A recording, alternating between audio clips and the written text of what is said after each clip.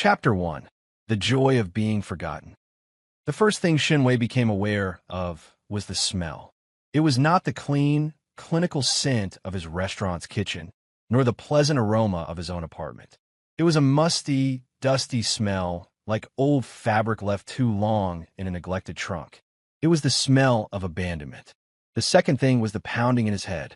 It felt like someone had used his skull as a chopping board. He groaned, trying to move, and found his body felt foreign, lighter, thinner, wrapped in layers of unfamiliar, silken fabric. Then the memories hit. They came not as a coherent story, but as a flood of sensations and emotions. A pale, delicate face reflected in a polished bronze mirror. Long, lonely hours spent staring at a closed gate. The cold, distant figure of a man in stark black armor, seen only from afar. A deep, consuming sadness that had no outlet. And finally, a quiet, fading away, a heart simply giving up from sheer loneliness. Shinwei's eyes snapped open. He was in a dimly lit room, the wooden beams of the ceiling old and carved. He shot upright, his head swimming. "No," he whispered, his voice thin and reedy. Not his own. Absolutely not. He was Shinwei, a 28-year-old chef who had just closed a deal to open his own farm-to-table restaurant. He'd gone to sleep victorious, dreaming of heirloom tomatoes and organic herbs.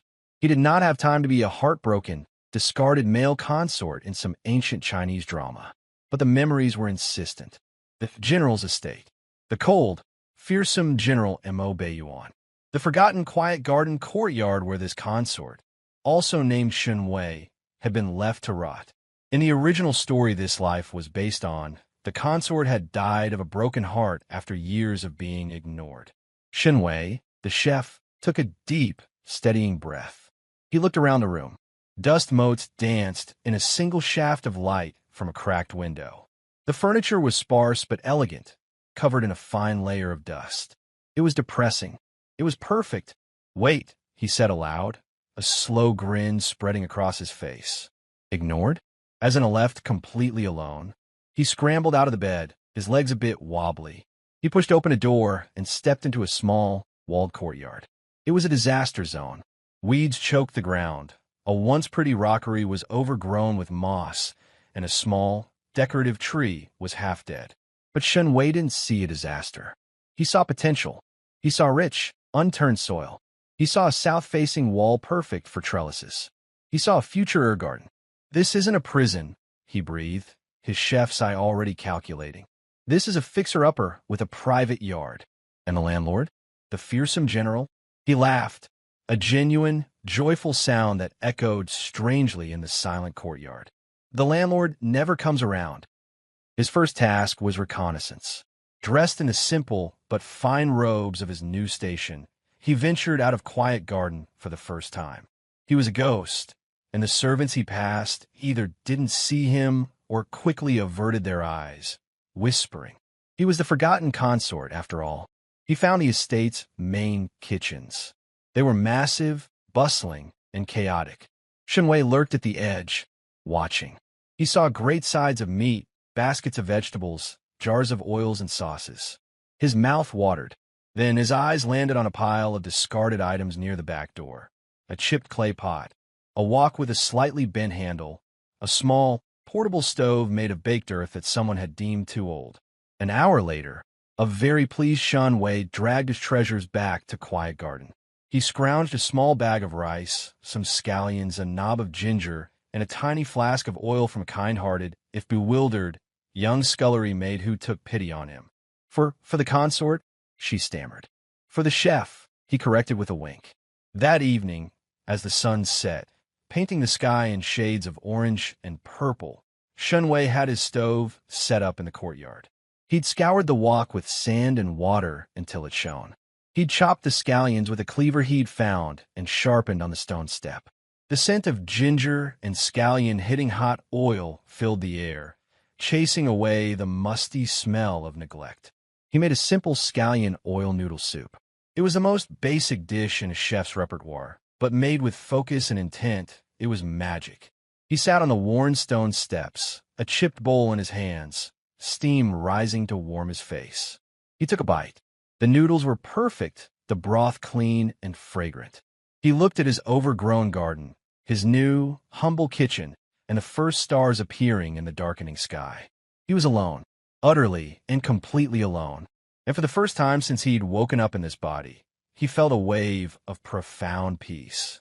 He ran his hand through the cool, damp soil of a patch he'd cleared earlier, feeling the grit under his fingernails, a sensation more real than anything else. "This is mine," he murmured to the silent garden. He took another bite of his noodles, a small, contented smile on his face. The old Shinwei had died of a broken heart. The new Shinwei was going to thrive on a full stomach. The general could stay away forever, as far as he was concerned. It was the perfect arrangement. Chapter 2. The Accidental Intruder. 3 months passed in a blur of peaceful labor. The quiet garden was no longer quiet in the sense of being dead. It hummed with life. Trellises, expertly crafted from bamboo, Shanwei had borrowed from a grove near the estate's wall, groaned under the weight of bitter melon and lush snake gourds. Neat rows of garlic chives, cilantro, and perilla leaves created a patchwork of green. A small but thriving herb garden, mint, thyme, rosemary, and the precious Sichuan peppercorn he'd managed to source from a traveling merchant, released its fragrance into the air with every passing breeze. Shinwei had become a familiar, if still ghost-like, figure to the estate staff. They knew him as the strange, cheerful man from the forgotten courtyard who would appear at the kitchen's back door with a basket of perfect, fragrant vegetables, offering to trade them for a bit of pork belly or a cut of fresh fish. The head chef, a grumpy man named Foam, initially scoffed at the play-acting consort. But after tasting Shun Wei's fermented bean paste, made from scratch and aged to perfection, he became a grudging ally, often saving the best cuts of meat for his quiet trade. Shun Wei was in his element. He was no longer a consort. He was a farmer, a forger, and a chef. His days were governed by the sun and the seasons, not by the whims of court. He would wake with the dawn, tend his plants, and spend his afternoons experimenting with new recipes, the scent of his cooking his only constant companion. General Mo Beiyuan had been at the northern frontier for all of those 3 months, putting down a small but fierce rebellion. The campaign had been bloody, efficient, and utterly soul-crushing. He returned to his estate not with a victor's pride, but with a weary spirit and a profound distaste for the rich, heavy food his staff prepared to celebrate his homecoming. Everything tasted of dust and blood. One afternoon, a week after his return, he found himself wandering. He needed to escape the confines of his own hall, the concerned looks from his aides, the silent pressure of his own 4 walls. He walked without purpose, his boots carrying him past manicured gardens and ornate pavilions, towards the wilder, neglected edges of his vast property. He was pulled from his brooding by a scent. It was faint at first, a wisp on the breeze that made him pause. He sniffed the air, his soldier's instinct sharp. It came again, stronger this time. The deep, savory fragrance of garlic, the floral note of star anise, and the rich, mouth-watering promise of pork belly, slow braised until it was meltingly tender. It was a smell of home, of comfort, of everything his life was not. He followed it, leaving the paved paths for a dirt track that led to a part of the estate he'd long forgotten. He came to a weathered wooden gate, half hidden by overgrown vines. The scent was strongest here. He peered through a gap in the fence. His breath caught. The courtyard inside was transformed. It was a riot of green, a tiny, perfect patch of cultivated wilderness. In the center, bent over a clay stove, was a man. He was dressed in simple, work-stained robes, the sleeves rolled up to reveal lean, strong forearms. His face was flushed from the heat of the fire, a smudge of flour on his nose. His dark hair was tied back carelessly, a few strands escaping to frame his face. He was humming a tune Sean Wei didn't recognize, a simple, happy melody, as he used long chopsticks to turn the glistening, caramelized pork belly in the wok. This man was glowing. He radiated a serene, self-contained happiness that Mo Beiyuan had never seen before. He was utterly lost in his task, in his world. and Mo Bayuan realized with a jolt that he had no idea who this man was. He searched his memory. A gardener? A new cook? Then a flicker of a memory surfaced, a pale, sad face glimpsed once or twice years ago. The consort, the one they'd sent to the far corner, the one he'd forgotten. Drawn by an irresistible force, Mo Bayuan pushed open the creaking gate. The man looked up, his humming stopping. His expression was open, curious, the smile of a person expecting a friend. Then it flickered, became a polite, shallow thing as he assessed the stranger in fine robes. "Oh, a guest," he said, his voice light and clear. "You must be lost. The main hall is that way." He gestured vaguely behind him and immediately turned back to his walk, dismissing him. Mo Bayuan was speechless. He was the master of this estate. People didn't dismiss him. They bowed, they stammered, they fell over themselves to please him. He cleared his throat. "I'm not lost." The man glanced back, a flicker of impatience in his eyes. "Then you're loitering. The kitchens are the other way, too." He returned his focus to the pork, giving it a final, loving stir. "I am Mo Bayuan," the general said, his voice firm, expecting the usual reaction. The man's hand stilled. He turned slowly, his face a canvas of dawning, then comical recognition. A general," he said slowly. He looked Mo Bayuan up and down, from his polished boots to his stern face. Then his expression shifted to one of bland acknowledgement. "Ah, the landlord." He nodded once, as if that explained everything. He looked at his wok, then at the small, single bowl and set of chopsticks on his rickety table. He looked back at Mo Bayuan, his face the picture of polite regret. "There isn't enough rice for an extra person," he said, his tone final. "Please leave." And with that, he turned his back on the most powerful man in the household and began to plate his dinner. Mo Bayuan stood there, rooted to the spot. The landlord. He was the landlord. A sound escaped him, something between a scoff and a choked laugh. He had been dismissed from his own property by his own forgotten consort. He should be furious. Instead, as he watched the man's back, the graceful movements of his hands, the way a lock of hair curled at his nape, he felt something he hadn't felt in years. He felt intrigued. He watched Shun Wei lift a piece of pork to his mouth, close his eyes in bliss, and let out a tiny, satisfied. A strange, unfamiliar warmth bloomed in Mo Bayuan's chest. He wanted to hear that sound again. He wanted to be the reason for it. Without another word, he turned and left the way he came, the scent of braised pork following him like a ghost. The landlord will be back. Chapter 3. The Price of a Meal. The general's obsession began subtly, then escalated with the quiet force of a military campaign. First came the servants. A line of them appeared at Shun Wei's gate the very next day, bearing bolts of the finest silk, delicate hairpins of jade and silver, and a small chest of silver tails. The lead servant announced, with great importance, that these were gifts from the general to the honorable consort. Shun Wei looked at the finery, then at his muddy hands. He looked at his thriving vegetable patch. He looked back at the silk. "Tell the general," he said politely, "that there is no room in my garden for more trinkets. They'll just get dirty." He shut the gate. The servants returned, confused. The general, they reported, had simply stared at the returned gifts for a long moment. Then a corner of his mouth had twitched. He sent them away. The next day, the estate's head chef, Feng, appeared, looking deeply uncomfortable. "The general," he grumbled, not meeting Shun Wei's eyes, "request the recipe for the braised pork you made." Shun Wei, who was currently grinding fresh chili flakes in a stone mortar, didn't look up. "Tell him the recipe is, buy your own vegetables, raise your own pig, and tend your own fire for 3 hours. He paused, adding a pinch of Sichuan peppercorn to the mortar. "Oh, and a secret ingredient he wouldn't have. Patience." Chef Feng relayed the message, his voice trembling. He was sure he would be executed. Instead, the general let out a short, sharp sound that his elderly steward would later swear was a laugh. The steward had never heard such a sound before. It was alarming. The gifts and demands stopped. Days passed. Shun Wei was almost disappointed. He'd rather enjoyed the absurdity of it all. He assumed the mighty general had found a new toy to play with, and had forgotten him once more. Perfect.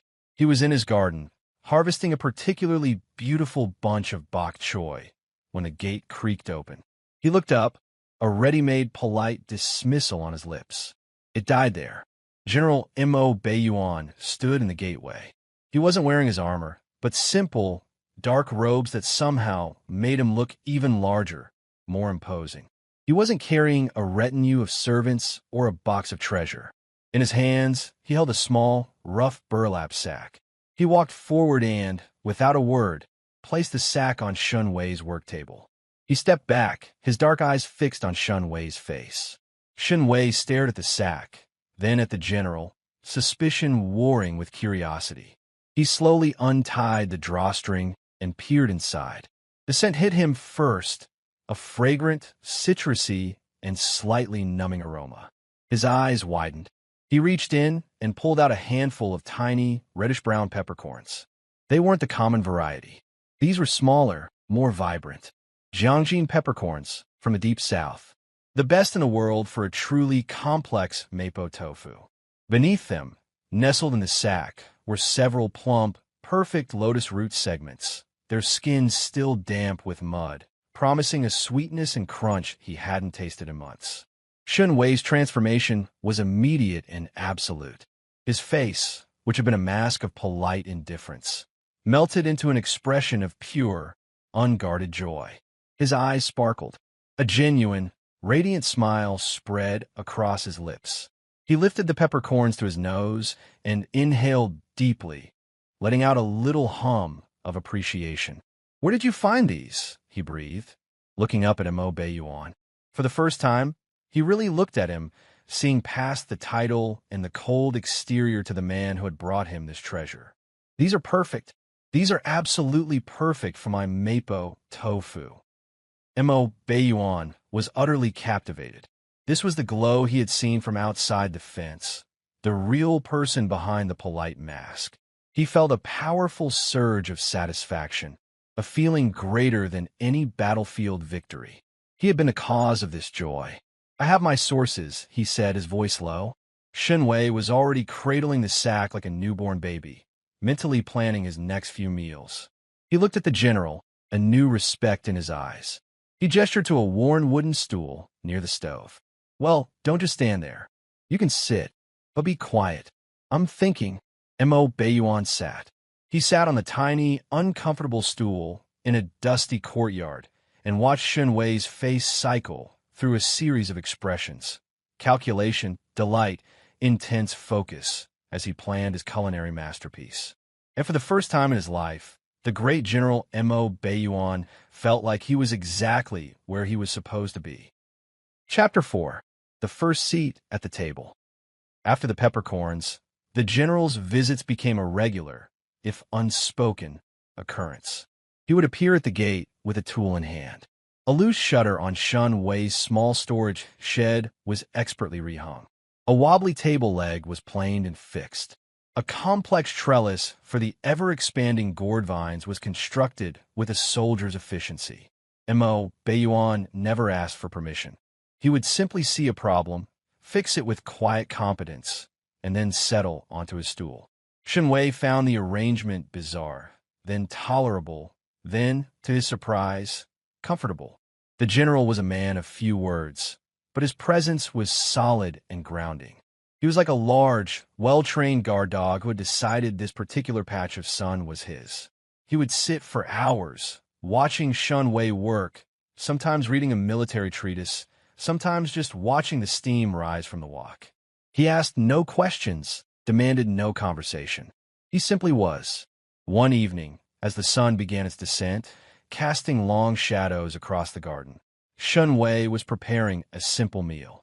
He'd harvested some of his garlic chives and was preparing to make a batch of jiaozi, the dumplings his grandmother had taught him to make in his other life. He had a good amount of pork belly, finely minced, and a fresh block of firm tofu. He glanced at Mo Baiyuan, who was meticulously sharpening his cleaver on a whetstone, his movements precise and hypnotic. The man was so focused, so present in this simple task.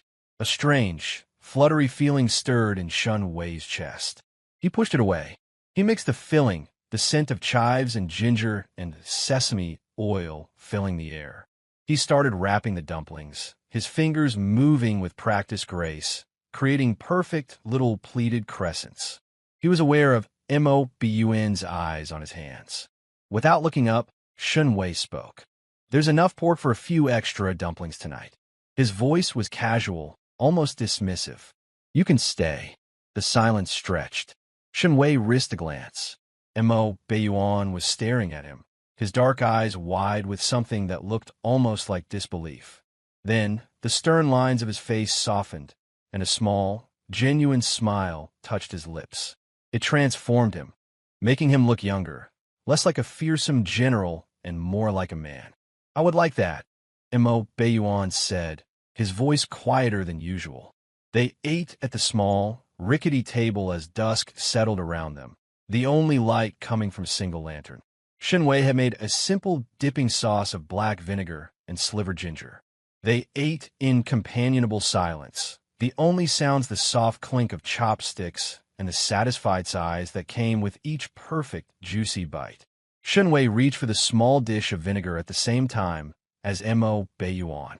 Their hands brushed. The contact was brief, a fleeting touch of skin against skin, but it sent a jolt of electricity straight up Shun Wei's arm. He froze, his breath catching. He looked up. Mo Bun was looking at him, his gaze intense, the mask of the general completely gone. In his eyes, Shun Wei saw something raw and deep, a profound, wordless gratitude, and something else, something warmer and more terrifying. It was a look of pure, unguarded longing. Shun Wei pulled his hand back as if burned, his heart hammering against his ribs. He focused intently on his dumplings, but the warmth of that brief touch lingered on his skin long after the meal was over. The landlord, it seemed, was becoming a tenant in his thoughts. Chapter 5. A Stormy Night Confession. The storm came without warning. One moment the evening was still, the next, the wind was howling like a wounded beast, rattling the shutters and tearing at the trellises. Rain lashed down in sheets, turning the garden into a muddy mess within minutes. Shun Wei huddled in his small bedroom, a single candle his only light. He wasn't afraid of storms, but the old building groaned and creaked around him in a deeply unsettling way. Then came the crack, a sound like a cannon shot, followed by a crash and the sudden, startling feel of cold water dripping onto his face. A large branch from the old tree outside had smashed through a corner of his roof. Rain poured in, soaking his bed and the floor. He scrambled up, grabbing his thin blanket, looking for a dry corner. There was none. He was cold, wet, and utterly miserable. The door burst open. Mo Bun stood there, silhouetted against the flashing lightning. He was soaked to the bone, his dark hair plastered to his face, his eyes wild with concern. He scanned the room, taking in the broken roof, the flooded floor, and finally, Shun Wei, shivering in the corner. Without a word, he crossed the room in 2 powerful strides. He shrugged off his heavy, wet outer robe and wrapped it around Shun Wei's shoulders. Then, he bent and scooped Shun Wei up into his arms as if he weighed nothing. "What are you?" Shun Wei started to protest, but his teeth were chattering too hard. "Quiet," Mo Bun ordered, his voice rough. He held Shun Wei close to his chest, shielding him from the rain as he carried him out of the ruined courtyard and through the tempest. He carried him all the way to his own grand, warm chambers. The rooms were huge, lit by numerous lanterns, a low fire crackling in a braziers. Mo Bun gently set Shun Wei down on a plush daybed near the fire. He disappeared for a moment and returned with a stack of soft, dry towels and a large, silk robe. "Get out of those wet clothes," he said, his voice brooking no argument. He turned his back, giving Shun Wei privacy. Shun Wei, still shivering, peeled off his sodden robes and wrapped himself in the enormous, fragrant robe. It smelled of sandalwood and something clean and uniquely Mo Bun. It was ridiculously big on him, the sleeves falling past his fingertips. I'm decent, he mumbled. Mo Beiyuan turned. He looked at Shun Wei, swallowed up in his robe, his hair damp and curling around his face, and a soft expression crossed his features. He poured a cup of hot tea from a kettle kept warm by the brazier and knelt before Shun Wei, pressing the cup into his hands. Drink, he said softly. Shun Wei wrapped his cold fingers around the warm cup and sipped. The tea was perfect, warming him from the inside out. As the shivering subsided, he became aware of a stinging sensation on his hand. He looked down. There was a small cut on his palm, likely from a piece of broken tile. Mo Beiyuan saw it at the same time. He gently took Shun Wei's hand in his own, his touch surprisingly tender for a man who wielded a sword. He pulled a clean cloth from somewhere and began to dab at the cut, his movements careful, almost reverent. The storm raged on outside, but inside this warm, quiet room, it felt a world away. Shun Wei watched the general's bent head, the way his brow was furrowed in concentration over such a tiny wound. This man, who could command armies and strike fear into the hearts of his enemies, was kneeling on the floor, tending to a scratch on his forgotten consort's hand. Why? Shun Wei whispered, the word escaping before he could stop it. Mo Beiyuan looked up.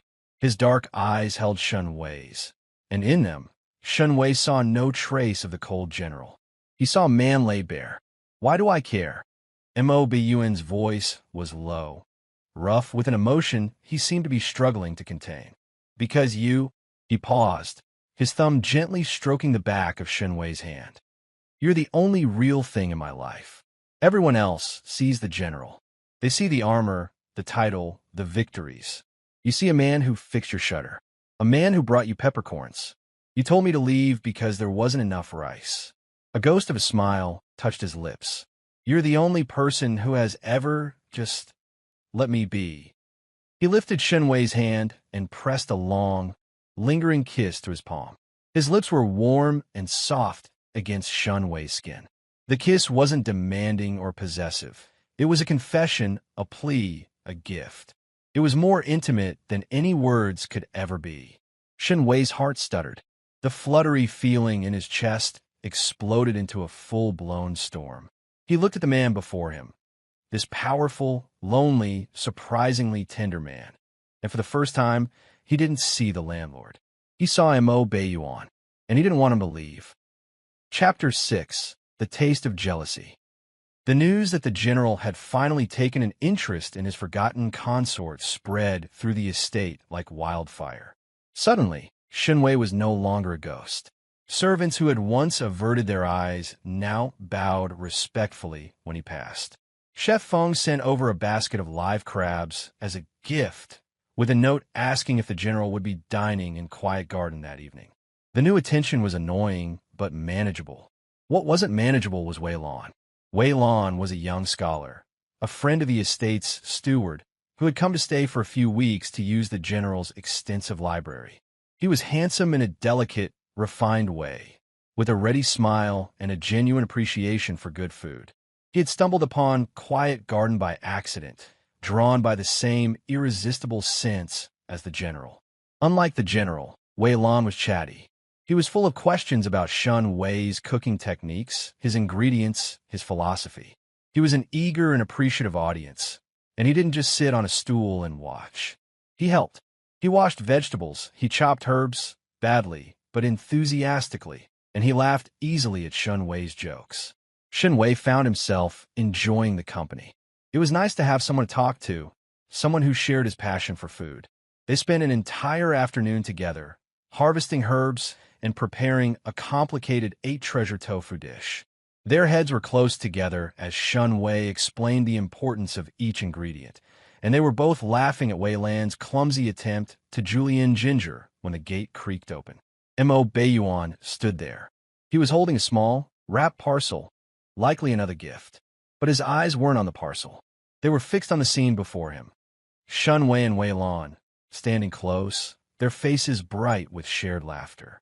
A muscle twitched in his jaw. His expression, always stoic, became utterly unreadable, a mask of cold stone. General, Wei Lan said, bowing politely, seemingly oblivious to the sudden tension. Consort Shinwei was just teaching me about Ginger. He's a true master.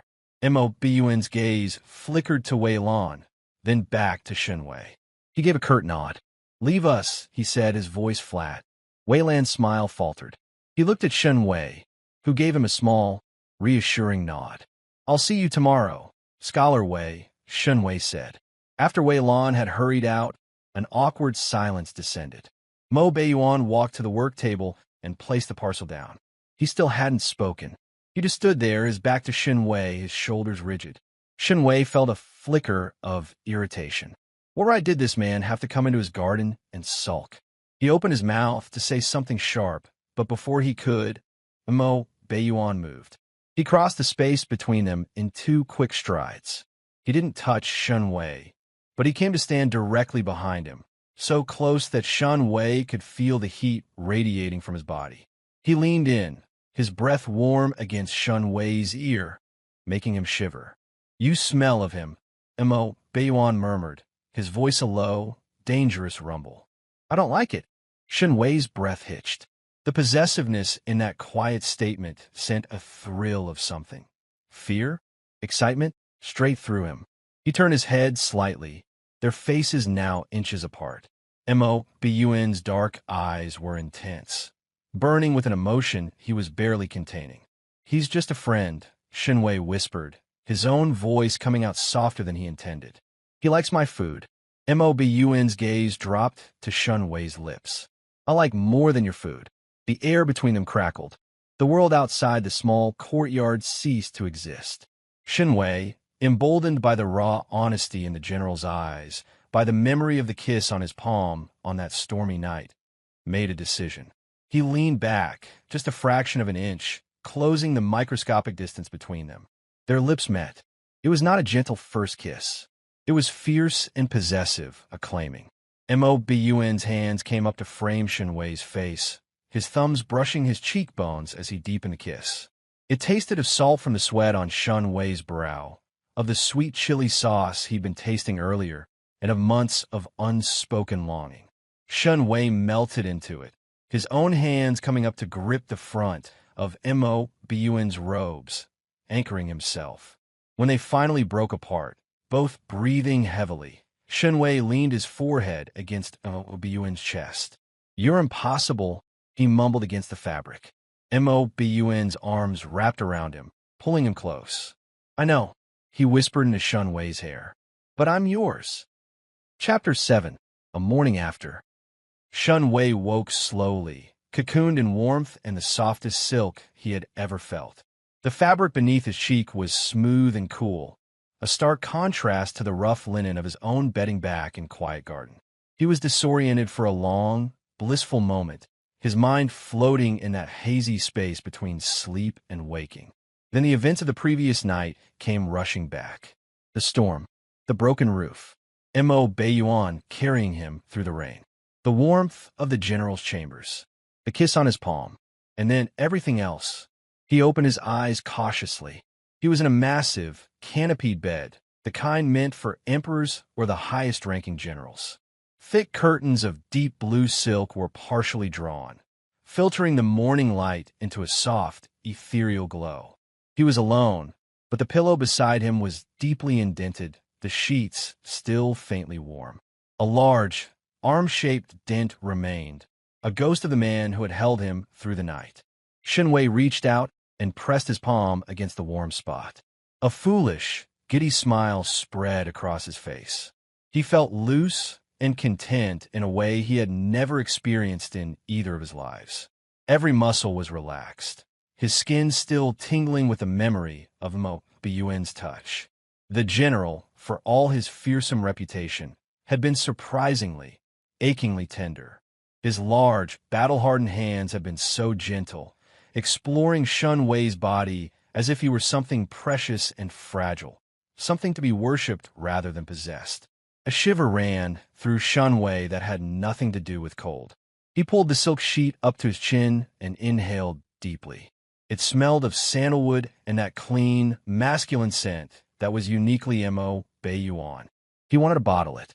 He wanted to bury his face in it forever. He also wanted breakfast. As if summoned by the thought, His eyes landed on the bedside table. A tray sat there, elegant and simple. On it was a bowl of congee, a small dish of pickled vegetables, a pot of tea, and a single, perfect orchid in a tiny porcelain vase. Shenwei sat up, his smile widening. He picked up the orchid first, cradling the delicate bloom in his palm. It was from his garden, a pale lavender variety he had planted near the trellis.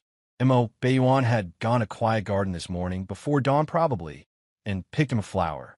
The image of the fearsome general tiptoeing through the dew-wet herbs, carefully selecting the most perfect bloom, sent a warm rush of affection through Shenwei's chest. He turned his attention to the congee. It was not perfect. The rice was a little unevenly cooked, some grains still slightly firm while others had dissolved completely into mush. The scallions sprinkled on top were unevenly chopped, some pieces too large, and a few had distinct brown edges. Burnt scallions. Shenwei stared at the bowl. Then he laughed, a soft, incredulous sound. Mo Beiyuan, the most powerful man in the region, a general who commanded thousands, who could have any chef in the land prepare his meals, had gotten up before sunrise and tried to make him breakfast. And he had burnt the scallions. It was the most beautiful, most touching thing anyone had ever done for him. He picked up the spoon and took a bite. The congee was a little bland, the texture slightly off. It was objectively not very good, but to Shenwei, it was the most delicious meal he had ever tasted. He ate every single bite, savoring the slightly scorched notes of the scallions, the earnest imperfection of it all. This was Mo Beiyuan's love language. Not grand declarations or flowery poetry, but quiet, clumsy acts of service. Fixing a shutter, bringing rare seeds, sharpening a knife, and now burning scallions in a valiant, deeply endearing attempt to care for him. When the bowl was empty, Shenwei carefully rearranged his borrowed robe, the enormous silk garment that Mo Beiyuan had wrapped him in the night before, and padded out of the bedroom on bare feet. The general's private quarters were extensive. He passed through a sitting room lined with books and military scrolls, then a smaller study with a large desk covered in papers. He followed the sound of quiet movement to a side door that led to a small, private courtyard attached to the general's chambers. Mo Beiyuan was there, on his knees in a patch of dirt. Shenwei stopped in the doorway, his breath catching. The general had clearly been attempting to garden. A small patch of earth had been turned over, and several potted herbs, mint, cilantro, some chives, sat nearby, waiting to be planted. Mo Beiyuan's fine dark robes were kilted up and tucked into his belt, exposing his lower legs. His hands were covered in soil. There was a smudge of dirt on his cheekbone. He looked up as Shenwei appeared, and a flicker of something, uncertainty, vulnerability, crossed his features. "You're awake," he said, his voice carefully neutral. The congee was acceptable. Shenwei didn't answer with words. He crossed the small courtyard, his bare feet silent on the cool stone, and knelt down in the dirt beside Mo Beiyuan. He reached out, his hand cupping the general's stubbled jaw, and kissed him. It was a slow, deep, morning kiss, unhurried and full of warmth. He poured all his gratitude, his affection, his wonder into it. When he finally pulled back, Mo Beiyuan's eyes were dark and soft, the uncertainty replaced by a quiet, glowing happiness. "The congee was perfect," Shenwei whispered, his lips still close to Mo Beiyuan's. The scallions were a little burnt. A ghost of a smile touched Mo Beiyuan's lips. "I know. I try to scrape off the burnt parts, but—" He shrugged, a surprisingly boyish gesture. "I wouldn't let you," Shenwei said firmly. "I ate every burnt piece. They were the best part." Mo Beiyuan's smile widened, a rare, genuine expression that transformed his stern face into something utterly beautiful. He lifted one soil-caked hand and gently brushed a strand of hair from Shenwei's face, leaving a small smudge of dirt on his temple. Shenwei didn't mind. "What is all this?" Shenwei asked, gesturing at the herbs and the turned earth. Mo Beiyuan looked at the plants, then back at Shenwei. "I thought, if I'm to spend time in your garden, I should learn to tend it properly, so I can help, not just sit on a stool and watch."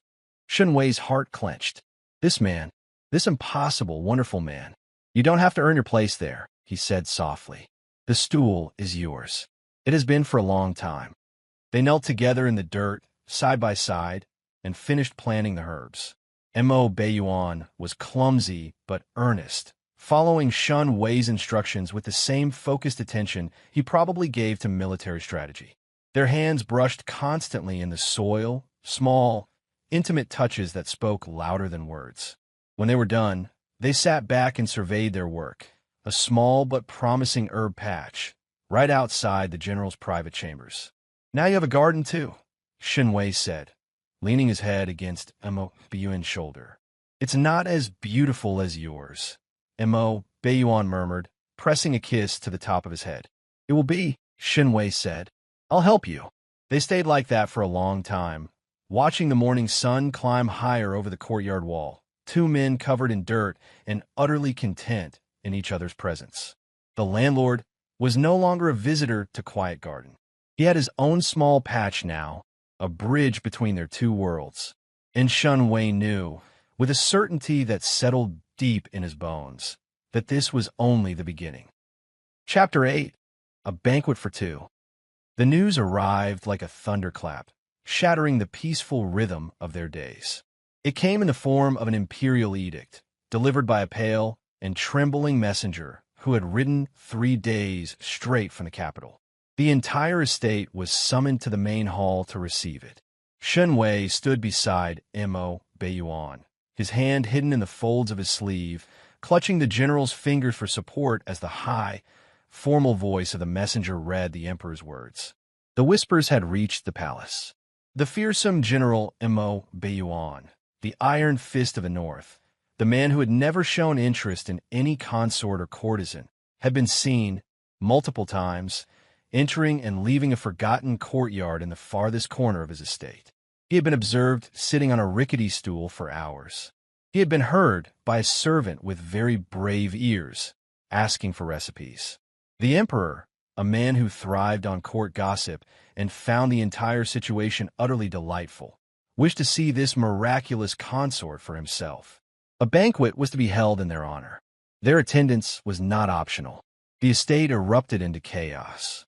Shun Wei stood frozen as servants rushed past him in a panic, as aides began shouting orders, as the delicate balance of his quiet life crumbled around him. His hand tightened on Mo Baiyuan's, and he felt the general squeeze back, a silent anchor in the storm. The days that followed were a blur of frantic preparation, and Shun Wei hated every moment of them. Tailors descended upon Quiet Garden like a flock of brightly colored birds, armed with bolts of silk, measuring tapes, and sharp eyes that judged everything they saw. They clucked and fussed over Shun Wei's lean frame, his calloused hands, his sun-kissed skin, all evidence of his life as a gardener and cook, none of it suitable for an imperial banquet. The consort must look the part, the head tailor declared, her voice dripping with barely concealed disapproval as she pinched the fabric of his everyday robes between 2 fingers. These will not do. They will never do. Shun Wei stood in the middle of his beloved garden, surrounded by strangers, while they draped him in layer after layer of heavy, ornate silk. The fabrics were beautiful, deep blues, rich purples embroidered with silver thread, but they felt like a costume, a prison. He couldn't move freely in them. He couldn't breathe. He kept glancing longingly at his clay stove, his herb patch, his simple work table, all of which seemed a world away. Mo Baiyuan, when he appeared, was no help. He was constantly surrounded by his own swarm of aides, all of them waving papers and speaking in urgent tones. The Minister of Rights requests a meeting to discuss protocol. The ambassador from the southern kingdoms will be in attendance. We must prepare a suitable greeting. The emperor's favorite consort has requested a private audience with yours. We need to prepare responses to potential questions. Shun Wei caught glimpses of Mo Baiyuan between meetings, their eyes meeting across crowded rooms, brief touches of hands as they passed in hallways. But the easy intimacy of Quiet Garden, the quiet mornings spent weeding together, the evenings sharing simple meals, all of that had been swallowed by the impending journey. One night, 3 days before their departure, Shun Wei couldn't sleep. He lay in his small bed in quiet garden. He had insisted on returning to his own courtyard each night, needing the familiarity, staring at the ceiling. The roof had been fixed, courtesy of Mobun's personal craftsman, but the room still felt like his. For now, a soft tap on his door made him sit up. Before he could speak, the door opened and Mobun slipped inside, silent as a shadow. He was dressed in simple dark robes, no armor, no aids. He looked tired, the lines around his eyes deeper than usual. "I couldn't sleep either," he said quietly, answering the question Shun Wei hadn't asked. He crossed the small room and sat on the edge of Shun Wei's bed. Shun Wei immediately moved closer, leaning into his warmth. Mobun's arm came around him, pulling him against his chest. "I hate this," Shun Wei whispered into the fabric of his robe. "I hate all of it. The tailors, the protocol, the way everyone looks at me now like I'm some kind of prize. I just want to cook. I want to be in my garden. I want—" He stopped, his voice catching. Mobun's hand came up to stroke his hair, slow and soothing. "I know," he murmured. "I know. What if I embarrass you?" Shun Wei asked, the fear he'd been holding in finally spilling out. "What if I say the wrong thing, use the wrong chopsticks, bow to the wrong person? I'm a chef, Mobun. I'm not a courtier. I don't know how to be that." Mobun was silent for a long moment. Then he shifted, tilting Shun Wei's chin up so their eyes met in the dim moonlight filtering through the window. His gaze was steady, fierce, absolutely certain. "Listen to me," he said, his voice low and intense. "You are Shun Wei. You are the man who turned an abandoned courtyard into a paradise. You are the man who grows his own chilies and grinds his own peppercorns and makes the best braised pork in 3 provinces. You are the man who told the great General Mobun to leave because there wasn't enough rice." A small, reluctant smile tugged at Shun Wei's lips at the memory. "That is the man I fell in love with," Mobun continued, his thumb brushing away a tear Shun Wei hadn't realized was there.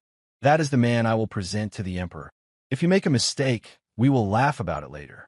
If you use the wrong chopsticks, I will use them with you. If you bow to the wrong person, I will bow with you. We are a team, Shun Wei. We face this together. Do you understand?" Shun Wei looked into those dark, earnest eyes and felt the knot of fear in his chest loosen, then dissolve entirely. He nodded, not trusting his voice. Mobun leaned in and kissed him, soft and slow and full of promise. When they broke apart, he didn't leave. He lay back on the narrow bed, pulling Shun Wei with him, wrapping himself around him like a shield. They fit together perfectly, even in the small, humble bed of quiet garden. "Sleep," Mobun whispered into his hair. "I'm here. I'll always be here." And Shun Wei did. The night before their departure, the estate held a grand farewell banquet. The main hall blazed with light from hundreds of lanterns. Music played, a delicate melody from a small ensemble of musicians in the corner. Tables groaned under the weight of elaborate dishes. Roasted pheasant glazed with honey, whole fish steamed with ginger and spring onions, delicate pastries shaped like flowers. The finest wines were poured freely. The most important members of the household and the local gentry had gathered to honor their general and his consort before their journey to the capital. Shun Wei sat at the head table, resplendent in the deep blue silk robes the tailors had finally approved. His hair was arranged in an elegant style, held in place by a jade hairpin that had been a gift from Mobun. He smiled and nodded and murmured polite responses to the endless stream of well-wishers who approached to pay their respects. He played his part perfectly, but beneath the table, Mobun's hand found his. Their fingers intertwined, hidden from view, a secret anchor in the midst of the performance. Every time Shun Wei felt his smile becoming strained, Mobun would squeeze his hand, and he would find the strength to continue. As the evening wore on, Shun Wei's eyes kept drifting to the doors, to the darkness beyond, to the path that led away from this glittering hall, away from the music and the chatter, towards a small, quiet courtyard at the edge of the estate. He felt Mobun's gaze on him and turned. Their eyes met. A silent understanding passed between them. Mo Beiyuan gave a tiny, almost imperceptible nod toward a side door. Shun Wei's smile became genuine, a real thing full of warmth and mischief. A few moments later, Shun Wei rose gracefully, murmuring something about needing a moment of fresh air. He slipped away from the table and out the side door, disappearing into the cool night. Mo Beiyuan waited a measured amount of time, then made his own excuses to the startled official he had been speaking with. "The consort requires me," he said simply, as if that explained everything. And perhaps it did. They met in the shadows behind the hall, away from the light and the noise. Mo Beiyuan caught Shun Wei's hand and pulled him close, pressing a quick, fierce kiss to his lips. "Impatient," Shun Wei teased softly. "Always, when it comes to you," Mo Beiyuan murmured against his mouth.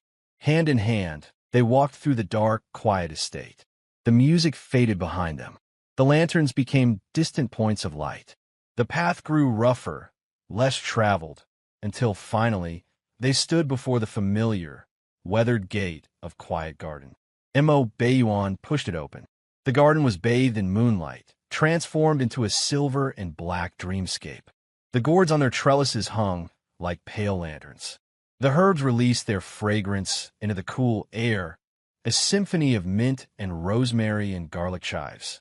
The clay stove stood silent and cold in the center, the heart of this small kingdom. And on the small, rickety wooden table, a feast awaited. Shun Wei had prepared it earlier that day, before the chaos of the farewell banquet had begun.